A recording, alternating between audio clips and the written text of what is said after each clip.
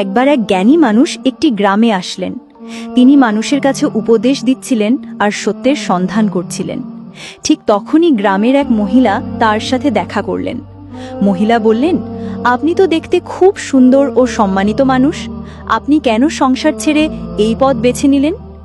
জ্ঞানী মানুষটি শান্তভাবে উত্তর দিলেন, আমি জানি এই দুনিয়ার কোনো কিছুই স্থায়ী নয়।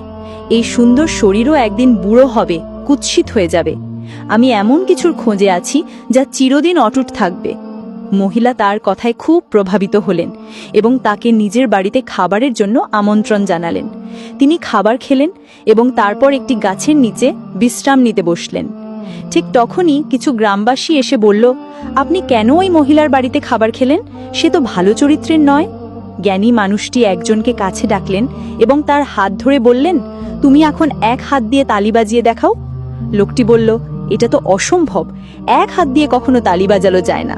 তখন জ্ঞানী মানুষটি বললেন, ঠিক তাই, কোনো নারী একা চরিত্রহীন হতে পারে না। সমাজের পুরুষরা যদি চরিত্রহীন হয় তবেই কোনো নারীকে চরিত্রহীন বলা সম্ভব হয়। তাই দোষ শুধু এক পক্ষের নয়, পুরুষ নারী উভয়েরই।